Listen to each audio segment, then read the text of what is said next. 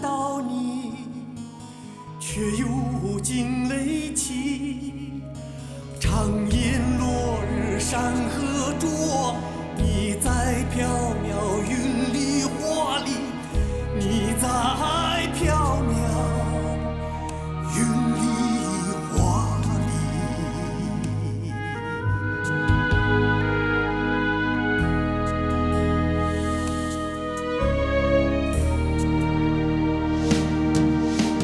唱歌一曲，好风好梦好歌好一起。唱歌一曲，好风好梦好歌好一起。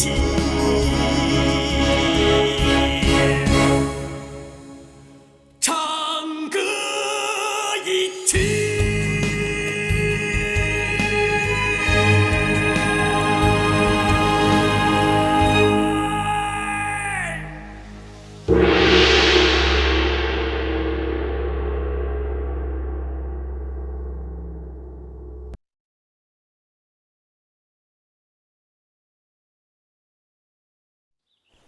年前来了个姓李的，听说也是个大官，也说要替我们千户做主，在这儿待了几天，问东问西，可后来呢也没了音信了。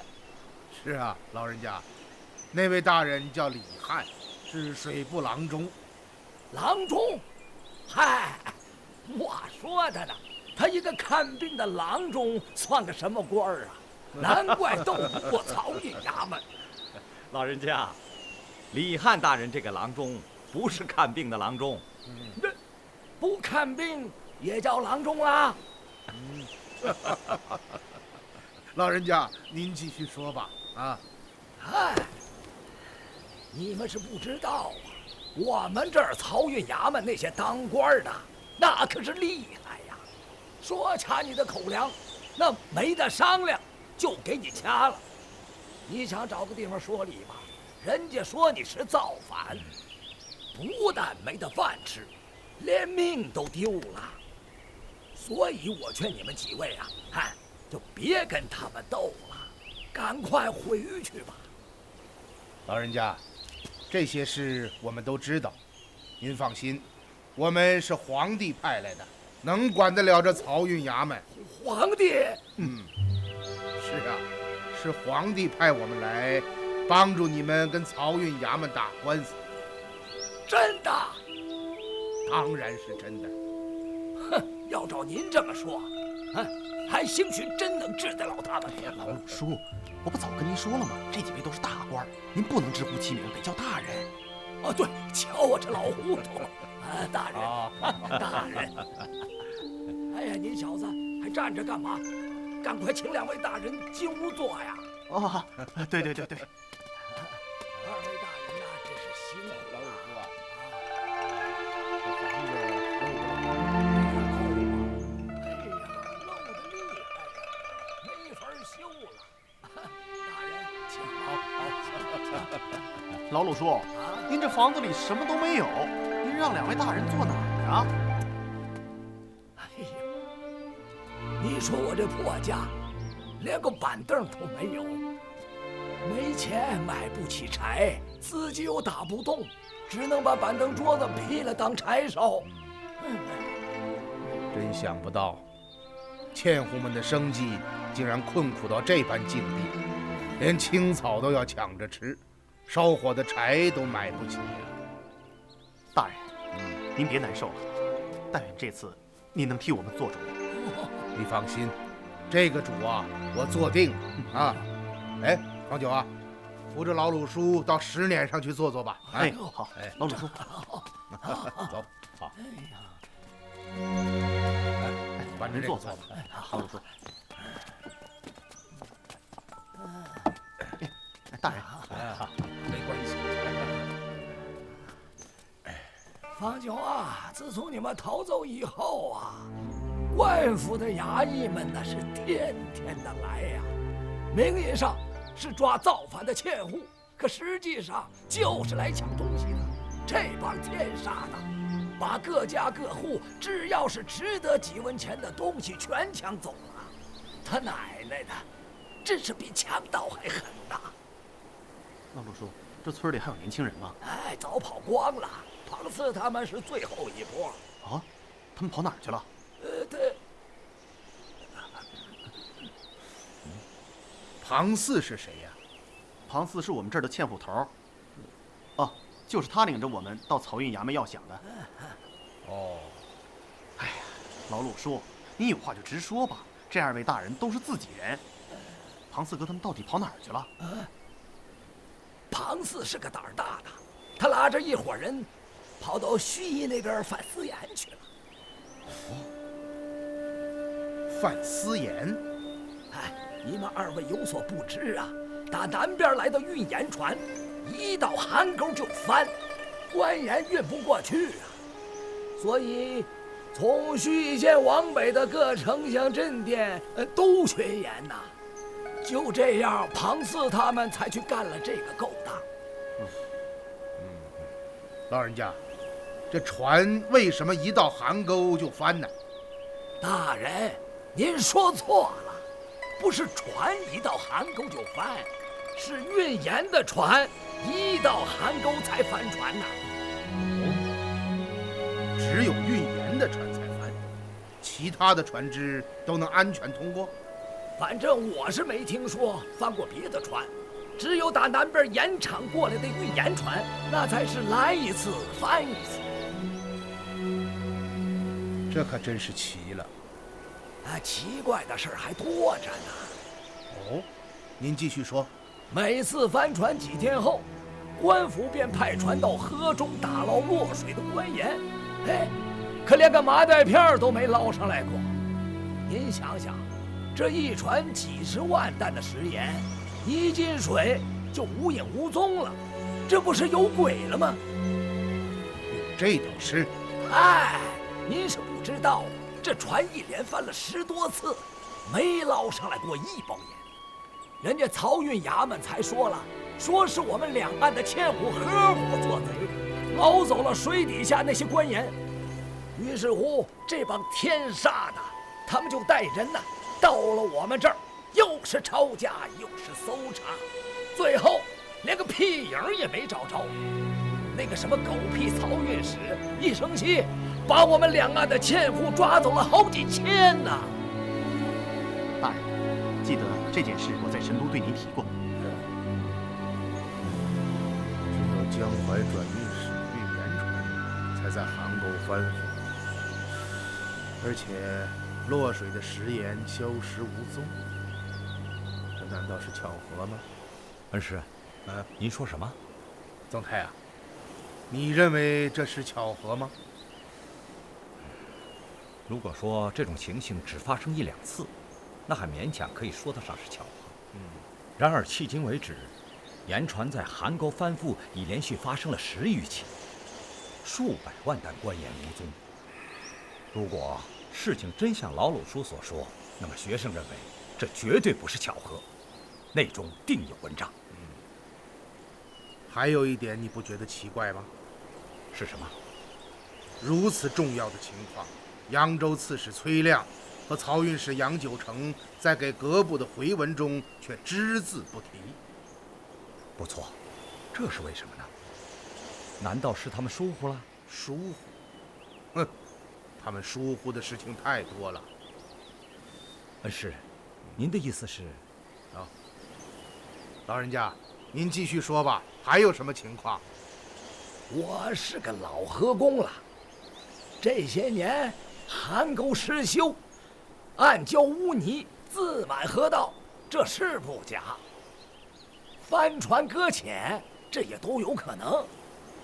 可是，总不至于只翻运盐的船吧？而且，这些运盐船队是以海鸥头船为首，后面用铁索牵起10几只平草趸船，就算是头船触礁沉没，这后面的趸船只要把铁链解开，就可以和头船脱离开，怎么会也随着头船一起沉到水底呢？不错，不错，老人家不愧是老船工啊，言之有理啊。您说说，这桩桩件件都让人觉着那么邪门，所以两岸的纤户们都说这水里头有鬼。看起来这邗沟水下的鬼真是不简单呐。老爷，老爷，面买回来了。哦，好，办得好啊！方九啊，你通知村里的乡亲们，让大家都来，就说今天上午我请大家吃白面蒸馍啊。老鲁叔，听大人说了吗？一会儿啊，请全村的人吃白面蒸馍呢。嗨，这白面蒸馍可是有日子没吃过。我说大人呐，你们在这坐着，我给大伙送信儿去。走。哎，好了。哎，大家过来帮忙，来，给他卸了吧。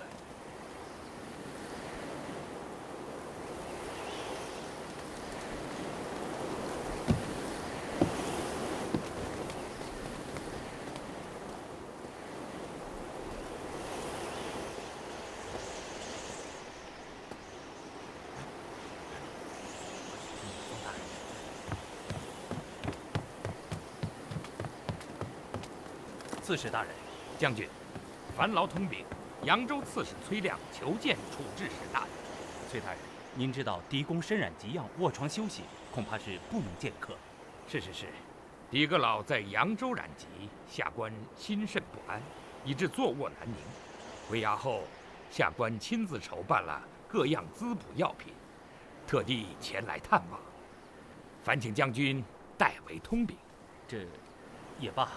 看在崔大人一番至诚，末将就代为通报，请大人稍后。哦，如此有劳了。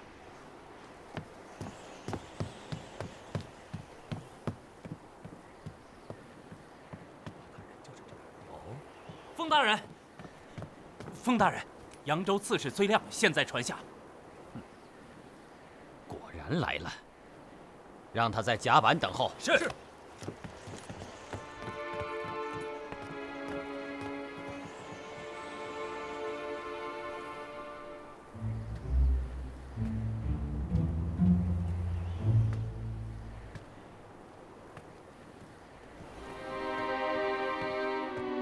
崔大人，扬州刺史崔亮见过侍郎大人。哎，崔大人不必多礼。封大人，狄公的病情可有好转？承崔大人记挂，狄公只是偶感风寒，并不大恙。啊，狄公奉旨南巡，不到扬州便染疾药，亮无以为安，只能备下些许滋补之材，聊表寸心，以供不时之需。封大人，您请看，这里是千年老山参3对。啊，雪蛤10对，憨鼻1只，熊掌1对，驼峰1双。另外还有扬州刺史府公出供养银3000两。啊，请封大人代狄公收据。崔大人真是有心之人呐！下官代处置使大人谢过了。我看这样吧，一应滋补品一概照收，这银子嘛就不必了。哎呀，此银乃刺史府公出，为扬州官吏该当供养，收下又有何妨啊？哎，崔大人不了解狄公的为人，下官若是收下这银两，恐怕会领个大不是。狄公真是洁身自好。去吧，请随我来吧。封大人，能不能借一步说话？哦，好。啊，请。封大人，封大人初来扬州，亮身为地主，无可孝敬。想到封大人进士出身，定然文品极高。年前亮因缘实惠，得古扇一柄，不成器物。今特敬献大人。请大人过目。哎呀，此乃晋顾恺之的完善仕女图啊！哦，以封大人说，此物是极好的。怎么，崔大人不知？下官对书画是一窍不通的。此扇乃顾恺之亲笔所绘，珍稀至极。倘以金帛购之，何止万金？如此贵重之物，封可言万不敢收啊！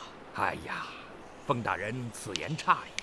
古人云：“宝剑赠烈士，红粉赠佳人。”凡世间之物，总要落到识货之人的手中，方算是得其所哉。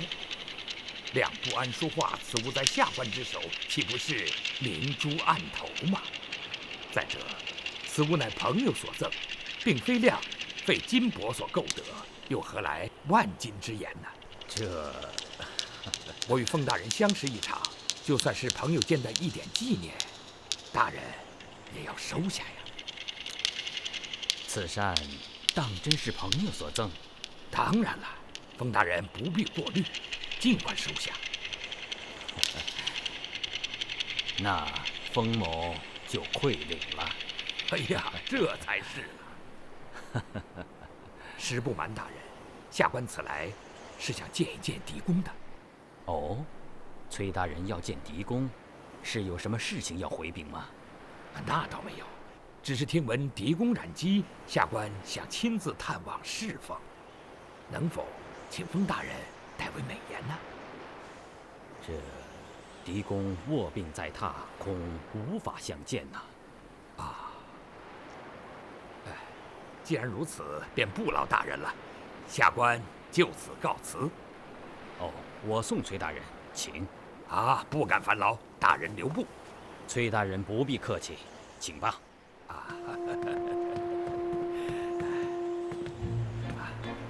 大人请回，崔亮告辞。哦，等等，下官还是送崔大人吧。大人请。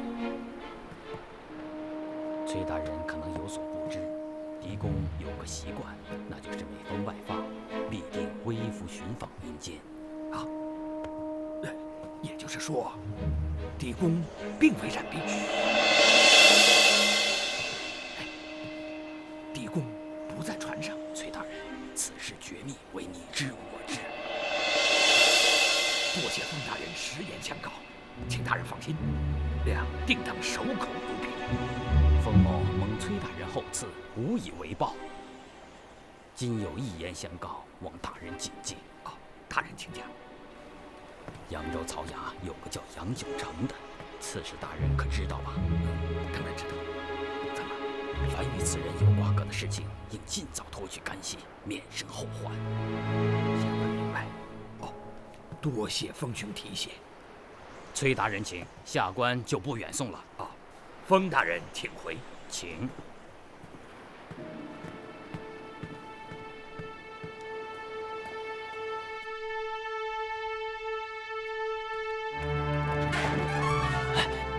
刺史大人，大人，怎么样？果然我所料不错，狄仁杰假托给养，微服出巡。大人是怎样得知的？此事现在已经不重要了，重要的是狄仁杰已经开始行动了。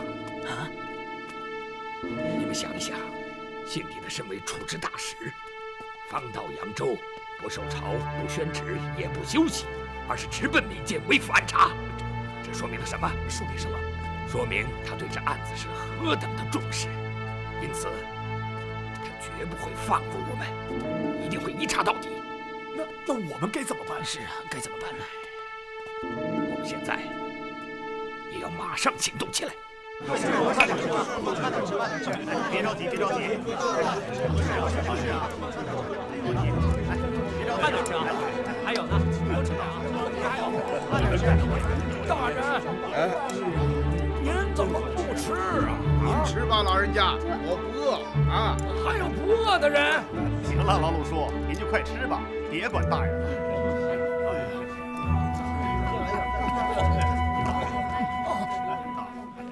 撑死我了！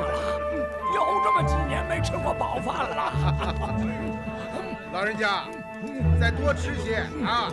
不行了，岁数大了，吃不动喽。哎呀，行了，老鲁叔，您都吃6个馍了，照您这岁数啊，也算可以了。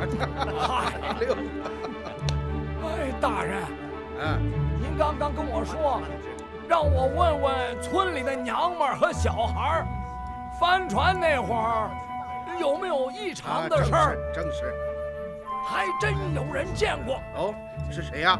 星儿媳妇儿啊，星儿媳妇儿，那什么，把刚才跟我说的跟几位大人说说。啊，不要着急，慢慢的讲啊。那是去年的7月15夜晚，我带着孩子在河边给我娘烧纸。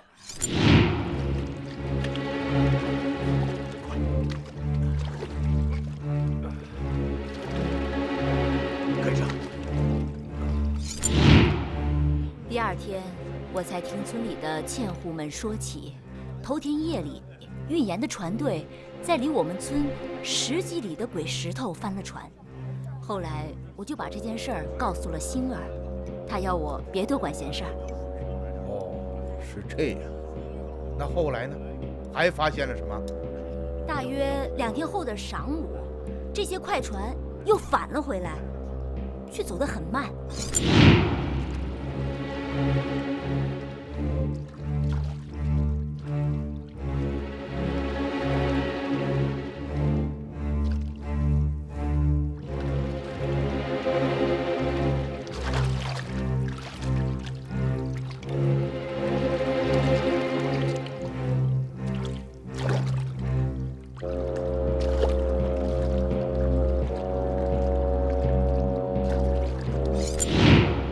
事情就是这样的。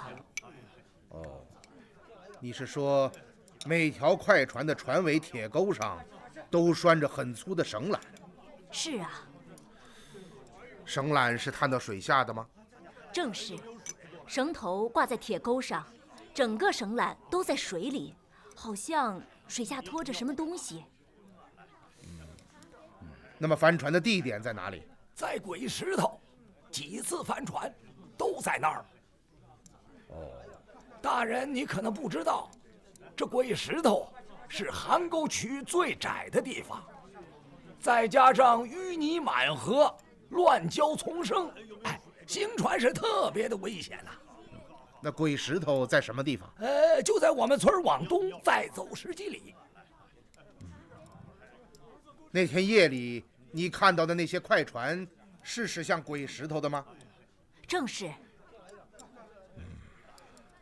邗沟覆船的当天夜里，上百只快船满载着身穿水铐的人，向事发地点鬼石头方向疾驶而去，于2日后返回。这说明了什么呢？恩师，您认为此事与邗沟覆船有什么关系吗？刚刚星儿媳妇说道，当那些快船返回时走得很慢，而且船尾都挂着粗缆，似乎水下拖着什么东西。是的。李川啊，拿地图来。啊，地图。啊，是。老爷。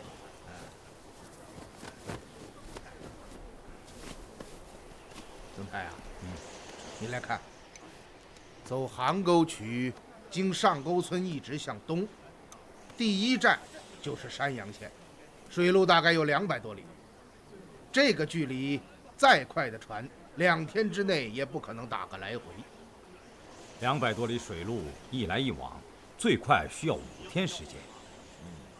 刚刚星儿媳妇所见，上百艘快船在深夜同时行驶，有没有可能是渔船呢？不可能，朝廷明令，邗沟渠段禁止捕鱼。啊，这就是了。既然这些快船不是渔船，那就有可能是民用商船或者是货船。如果这个假设成立，这些快船的目的地又会是哪里呢？这些船由上沟村向东行驶，一定是前往山阳县去做买卖的。与我所想一致。于是第1个问题就出现了：星儿媳妇儿看到这些快船2天之后就返回了。我们刚刚说到，上沟村到山阳县200里水路，怎么可能2天之内就打个来回呢？那这些船有没有可能是到中途的某一站？你看看这地理图，上沟村到山阳县之间连个镇店捕头也没有，这上百艘快船要停靠在哪里呢？再有，商人牟利，他们带着上百艘货船的货物，是要把货物卖给谁呢？哎，大人，您算是说着了，还买货呢？韩沟群两岸的纤户们连草根都吃不上了。不错，现在至少有2点是可以肯定的：第一，这些快船不是商船；第二，他们并没有驶往山阳县。好，你们坐吧。啊，谢谢大人。好，老人家你坐。曾太啊，那么这些快船经上沟村向东行驶，既没有到山阳，途中也没有任何捕头可以停靠，而他们却在2日后返回，这就说明这些快船是在水面之上逗留了将近2天时间。不错，这第2个问题就产生了，他们的目的地究竟是哪里？为什么要在水面之上逗留2天？我们姑且先放下这个问题，说说第3个问题。这些快船为什么要在盐船翻覆的当天夜里，满载着身穿水铐之人向事发地点方向行进？据刚刚星儿媳妇的叙述，每一只快船上都站着几个乃至10几个身穿水铐的人，那么上百只快船就应该有近1000人。这么多人穿着水铐银夜疾行，究竟是去做什么呢？您的意思是说，这些快船是冲着沉没在鬼石头的运盐船去的？你想一想，有没有这种可能？这也可以解释为什么会有近1000名身穿水铐的人驾驶着快船在水面上逗留了2天。他们是在打捞沉没在水下的官盐。不错，这也可以解释为什么星儿媳妇会看到返回的快船行驶得很慢，那是因为水下拖着几10万担的官盐。恩师，如果事情真是这样，那么韩沟覆船就绝非是意外，而是有歹人作祟。而今一切只是推断，毕竟我们刚刚开始调查，很多情况还需要进一步核实。然而这个结论却是目前对韩沟覆船最为合理的解释。我们姑且假设这个推论成立，那么就产生了一个问题。什么问题？由上沟村往西40里左右便是扬州城，中途也没有任何的镇店村落。不错，那么这支庞大的船队是从何处出发，又要回到哪里呢？目前有一点可以肯定，快船的出发地点就是他们要返回的地点。那么这个地点究竟在哪里呢？也许就是扬州附近的某个地方吧。扬州是3道都会，繁华之所。你想过没有，如此庞大的一支船队在河面上招摇而行，难道不怕引起别人的注意吗？这些快船是夜间出发的，如果不是星儿媳妇夜里在河畔烧纸，恰巧看到他们，其他人是无法发现的。你忽略了一点，快船拖载着官盐返回却是在白天，而且走得很慢。你知道，韩沟覆船案发生后，运河上的巡河官奉圣谕及2部严令严查过往船只。你想一想，如果这支拖拽着数10万担官盐的庞大船队返回了扬州，他们能逃得过巡河官的检查吗？有道理，只要他们被巡河的官船拦住，立刻就会露馅。是啊，这就是我问这个问题的原因。那以恩师之意，他们的出发地点是哪儿呢？这个问题现在还不好说呀，但是有一点可以肯定，那就是他们的出发地点离此地绝对不会太远。哦，这邗沟两岸很不平静啊，看起来我们还要多走一走，多看一看。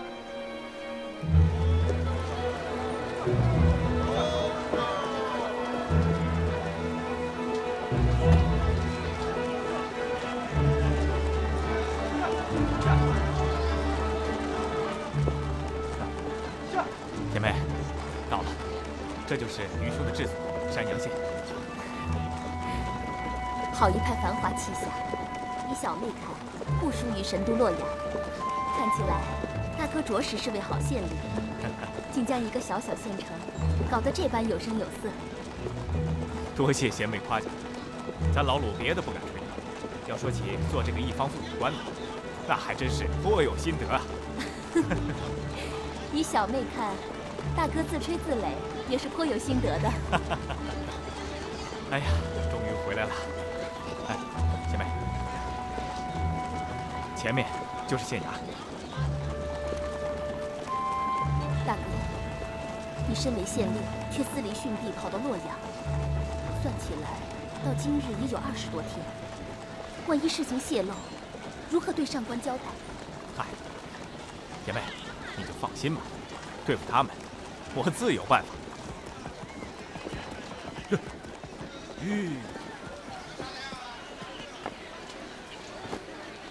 回来了啊！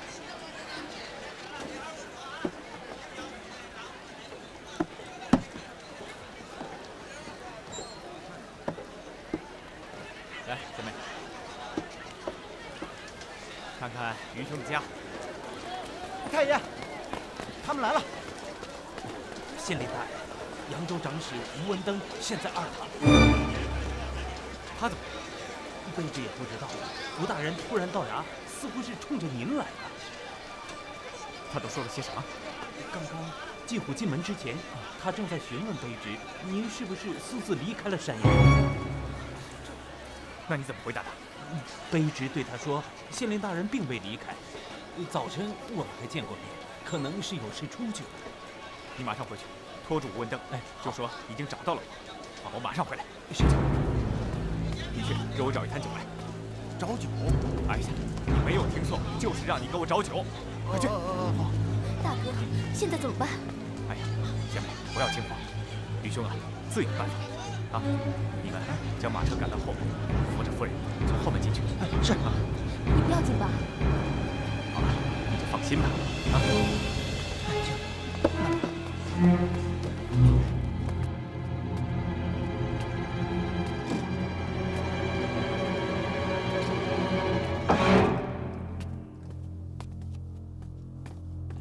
长史大人，请用些茶点吧。怎么，还没有找到鲁县令？已经派人去了，想来马上就到。马上就到。本官已经在这里坐了1个时辰了。你每次进来都用这番话搪塞于我，你是何用意啊？卑职不敢搪塞长史大人。刚刚派出寻找鲁县令的衙役回报，说已经找到了他。人在何处？马上就到。我看他是到不了了吧？说，鲁县令究竟在哪儿？请大人宁耐片刻。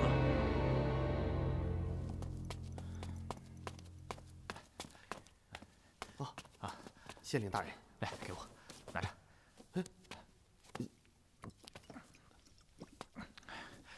给我说说，最近县里发生什么事情了？大人，前日夜里山阳下起了大暴雨。哎呀，我问你发生什么事情，说暴雨干什么？您别急呀，我还没说完呢。说，快说。暴雨过后，巫山北坡山崩，压倒了10几间民房。伤人了没有？没有。别净说这没用的，捡要紧的说。哦，对了，日前刺史府遗文说，江南道处置使狄仁杰大人即将到达，要各衙官吏小心应对，不可滥言多事。哦。狄仁杰大人。正是啊。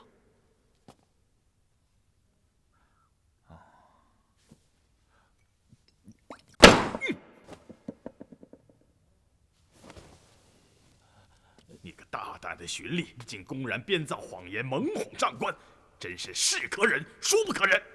卑职不敢，卑职不敢呐！陆基英擅离训地，不知所踪，你以为本官不知道？说，陆基英到底去了哪里？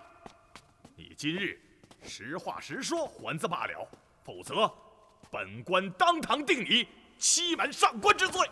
大人，大人，山阳县令鲁吉英不知上官驾到，有失远迎，望起恕罪。起来回话啊！谢长史大人。啊，鲁县令，公职之时你去了哪里？回大人，在衙内闲来无事，出去吃了2杯水酒。看来你又喝醉了。哎，阶下，没醉，没醉，只是微醺而已。什么微醺？你明明是吃醉了。哎，大人说我吃醉，卑职可是吃醉不起啊。鲁县令，本官听闻前些日子你曾离开治所，到哪里去了？离开了治所？大人是说我？废话，不是说你，难道说我自己不成？我离开山阳？正是。离开山阳？那我去哪儿了？你问谁呀？难道你自己去了哪里，你自己还不知道？哎，不知这话是谁对大人说起的？大人回去让他帮着卑职好好想想，我去哪儿了？怎么卑职自己都不知道？哦，鲁县令的意思是你并没有离开过。哎呀，大人明鉴啊！卑职离开山阳，还能去哪儿啊？哎，前些日子我舅舅死了，表妹前来头七，老家便再没有别的亲人了。哎，您说我还能去哪儿啊？大人，这茶您不喝了吧？行了，你喝吧。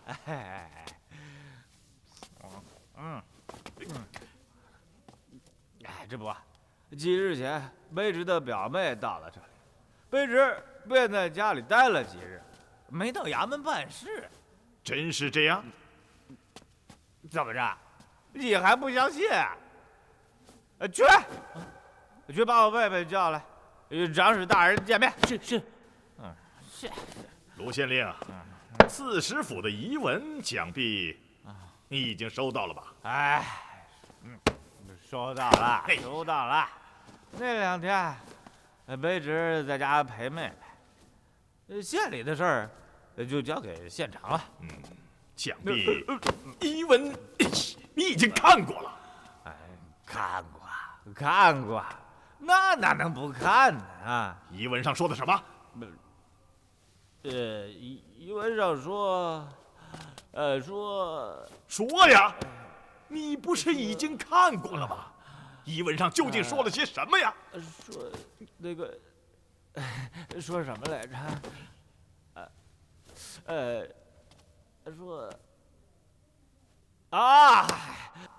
说说这个江南道处置使任迪杰大人马上到。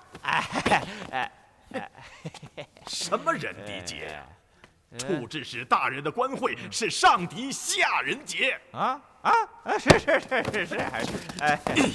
哎呀，你看卑职这脑子是上狄下人杰。大人，说他老人家马上就到，要各衙做好准备，不要滥言多事。鲁县令啊，记得上次在山阳行馆中见到你，你也是酒醉不醒。今日又是这般，竟连处置使大人的官会都说到了。你身为朝廷堂堂的7品县令，竟如此为官不尊，酗酒贪杯。丑行失态，贻误公事，难道你就不怕有人上禀吏部考公司？到那个时候，你的前途和功名可就堪忧了。长史大人，您也听我说句实在话，明白人有明白人的不好，糊涂人有糊涂人的好处。鲁继英本来是个明白人，可现如今却想做个糊涂人。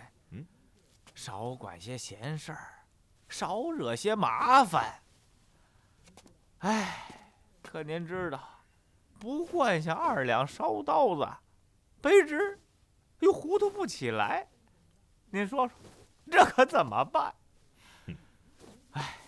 张史大人，如果您说需要卑职明白起来，那打明儿起我就把酒给戒了。您看怎么样？贵县所言不无道理，也罢，饮酒本也不是什么大事，本官便不再追究了。多谢大人。处知使大人即将到达，本官此次寻访，是特为查看扬州治下各县的治境情形，看看父母官们是否称职，百姓是否安居。是，大人心如蛇蝎，不，是心系百姓，舍您其谁？那真是不世出的好官呐！您就是当代的晏婴、孙叔敖、百里奚，可比本朝的魏百策呀！行了，来到山阳后，本官听闻贵县曾私离致敬，因此到衙询问，看起来这倒是个误会了。是误会。对了，我记得李汉大人自缢那天夜里，贵县是第一个来到死亡现场的，是吧？正是。